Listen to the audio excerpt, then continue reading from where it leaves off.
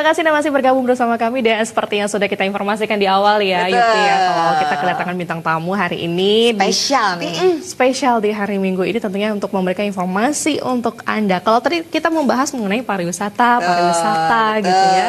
Ya kan? Tentunya topiknya juga tidak jauh beda dari pariwisata. Iya, kali ini tema kita hari ini adalah ciptakan pariwisata berkualitas. Sudah ada narasumber kita Bapak DRS Mangku Nyoman Kandia MAG. Oke. Biasa dipanggil, tadi kita udah ngobrol, Pak panggilannya siapa gitu ya. Katanya Pak Mangku Kandia aja gitu. Om Swastiastu, selamat pagi Pak Mangku Kandia. Gimana? Senang loh pagi ini kedatangan Bapak. Beliau ini adalah seorang praktisi pariwisata ya. Selama berapa tahun ya Pak? 35 tahun. 35 tahun ya. Kayak kita masih belum ada waktu itu. Oke, beliau juga tadinya menjabat sebagai Ketua Guide Indonesia ya Pak ya? Ya, 10 tahun. 10 tahun kemudian Presiden Guide Asia. Oke, dan juga beliau punya short course itu yang bernama Desa Wisata Akademi. Wow, memang benar-benar concern loh terhadap pariwisata ini ya. Jadi beliau itu sudah tahu seperti apa sih standar pariwisata yang berkualitas. Itu beliau sudah tahu, nanti akan kita bahas juga. Betul. Oke, mungkin punya informasi dulu. Ada satu informasi dulu untuk pemirsa Bali TV terkait dengan destinasi Bali yang menjadi branding pariwisata Indonesia, kerap dijadikan tempat untuk melakukan promosi pariwisata. Tidak sedikit provinsi di Nusantara maupun negara luar yang mengenalkan potensi wisatanya di Pulau Dewata. Namun demikian, Bali harus tetap berbenah meski Bali diyakini sebagai tempat strategis untuk menarik kunjungan wisata utamanya wisatawan mancanegara. PTB, Ketut Nuryaso mengatakan dipilihnya Bali sebagai venue promosi pariwisata daerah atau negara luar merupakan langkah yang tepat. Mengingat Pulau Bali ramai dikunjungi turis dari mancanegara. Namun demikian, Bali yang telah menjadi hub atau sebagai tempat perantara dilakukannya promosi pariwisata harus menjaga potensi daya tariknya, termasuk memperbaiki akses wilayahnya. Menurutnya, sangatlah tepat daerah atau negara lain mengembangkan industri pariwisatanya dengan melakukan promosi di Bali. Karena mereka bisa memperkenalkan dan menunjukkan potensi yang ada di daerah atau negaranya. Seperti yang dilakukan negara Republik Rakyat Zanzibar, Tanzania, melalui Kementerian Pariwisatanya yang beberapa waktu lalu sempat berpromosi ke Badung. Dampak dari kunjungan promosi pariwisata dari negara lain tersebut diharapkan mampu menarik minat warga negara bersangkutan berwisata ke Bali. Kita harapkan dampaknya juga dengan trip promotion ini, mereka akan membawa pengaruh atau dampak promosi untuk mengenal Bali. Saya yakin kita perlu terobosan juga.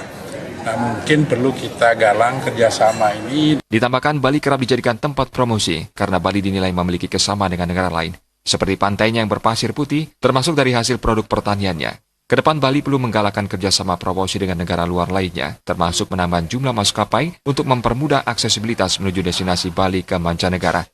Indra Wijaya, Bali TV. Nah, itu dia sudah mulai dilirik oleh negara asing. Betul. Tentunya ya. Berarti nggak salah dong ya kalau beberapa waktu yang lalu berbagai event. Betul, event internasional seperti yang baru-baru ini, Oktober lalu ada IMF, ya kan? Oke, terkait dengan pariwisata kita akan berbincang bersama Bapak Mangku Nyoman Kandia di sini terkait dengan pariwisata yang berkualitas. Tapi sebelum kita membahas tentang pariwisata yang berkualitas nih ya, kita harus tahu dulu sebenarnya sekarang di Bali begitu, kondisi pariwisatanya itu seperti apa sih menurut Bapak? Iya, agak carut-marut. Langsung dijawab agak carut-marut ya. Kenapa nih Pak? Apa yang menyebabkan? Kenapanya ya 3P itu. Saya punya istilah 3P. Apa itu?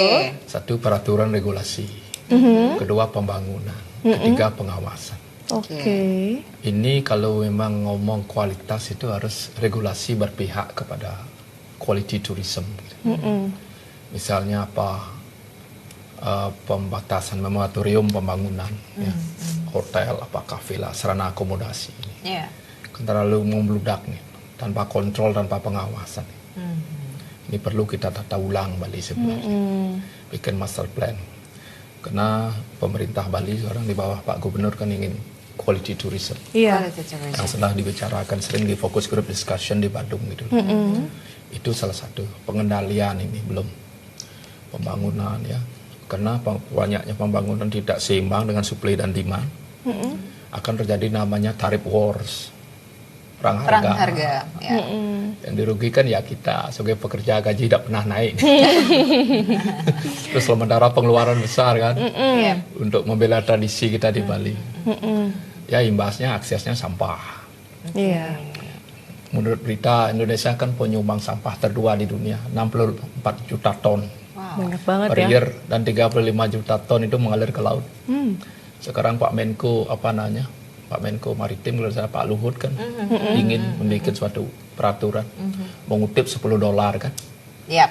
untuk wisatawan asing yang datang dan $1 untuk domestik Ya, untuk urus betul. sampah kita ini. Kembali adalah kalau ngomong pariwisata kualitas itu ada pembatasan dulu Pak, Oke. dibatasi gitu loh. Carrying capacity Bali ini untuk wisatawan berapa sih sebenarnya itu? Jangan kita gara-gara pariwisata kita masuk neraka. Ya kan, nggak mesti pariwisata itu kan salah satu aja untuk memakmurkan rakyat, pilihan. Betul. Tapi kita juga harus mempertimbangkan kemampuan Bali. Dari dulu udah bicarakan capacity ya. Kita punya danau kadang-kadang mengering ya, banyak hotel-hotel di Bali yang ngebor tanah, sumur bor kan. Ini sangat memprihatinkan nih masalah air gitu. Iya. Tapi syukur yang Widi memberikan kita danau yang banyak, 4 gitu yang besar itu di Gunung Batur dan danau yang lain itu sumber air. Konsep dengan Pak Gubernur sekarang kan danau Kertihnya itu. Itu harus sebagai hulunya Bali, jangan sampai diperkosa gitu. Dibangun penginapan, akomodasi, fasilitas. Betul. Nah itu sebabnya memang saya sangat menyambut baik itu One Island One Management itu. Betul-betul itu satu jalurnya betul-betul Terrealisasi ya. Oke. Ya, artinya Badung yang bisa menghasilkan 7T, 10T per tahun. Bagaimana beliau Badung itu bisa share lah dengan kabupaten lain, kebutuhan kabupaten lain gitu. Sehingga betul-betul pariwisata itu dikendalikan di provinsi. Memang sih kalau undang-undang otonomi kan pariwisata di kabupaten kota. Iya. Bisalah untuk Bali khusus gitu loh. Ini kan perlu melobi regulasi ke pusat bahwa Bali kan bagian republik. Iya. Harus ada politisi-politisi Bali yang kita kirim ke Senayan bisa bicarakan ini. Oke. Untuk Bali kita minta otsus pariwisata. Itu loh. Sehingga pulau ini benar-benar ditata. Betul. Kalau kita hancur kan repot juga Republik Indonesia kan harus bangga punya Bali. Iya. Apalagi Karena kalau ini the gate of Indonesia tourism kan. iya, apalagi Adalah kalau orang-orang luar itu Bunganya tahu Indonesia Bali kan, gitu ya. Jangan malah sebaliknya iri dengan Bali. Betul. Karena Bali, pemilik Bali ini kan ada two biggest investor. Satu yang Widi, kedua leluhur. Tanpa leluhur kita kan tak punya budaya yang sehebat ini. Betul, Apa sih artinya kita? Ya ini yang harus diperhatikan berat. Gitu.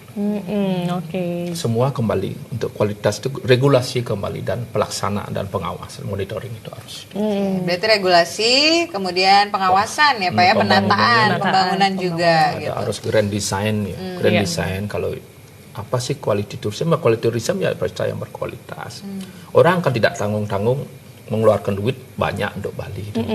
Karena dia merasa hidup di Paradise Island gitu. Jadi saya contoh Galapagos ya Mbak ya, di Meksiko. Mereka batasi pengunjung itu. Melihat kura-kura itu dibatasi dia. Sehingga orang antri waiting list berapapun dia bayar gitu loh. Jangan diobral gitu.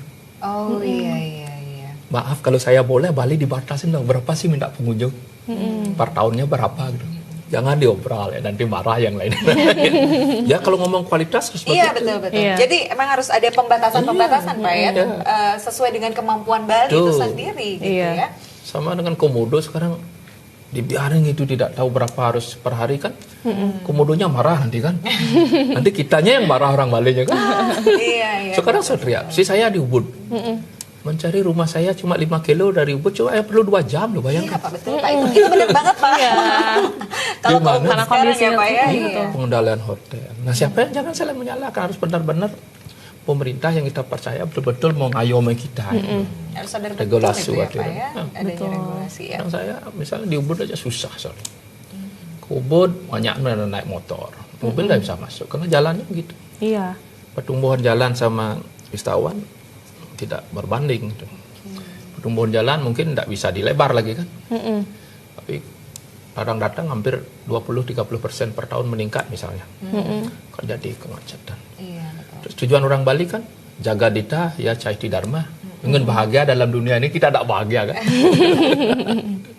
Harus sesuaikan ini. Iya. Biarkanlah Bali-Bali baru ikut juga mencari wisatawan gitu loh. Ya, biarlah Bali ini sebagai hub aja, ada apa kita. Karena keterbatasan resources kita ini juga akan kita yang menjadi ini permasalahan itu. Oke, jadi memang kembali lagi ke 3P tadi yang diinformasikan oleh Bapak ya. Kalau kita pengen pariwisata yang berkualitas itu harus diperhatikan begitu.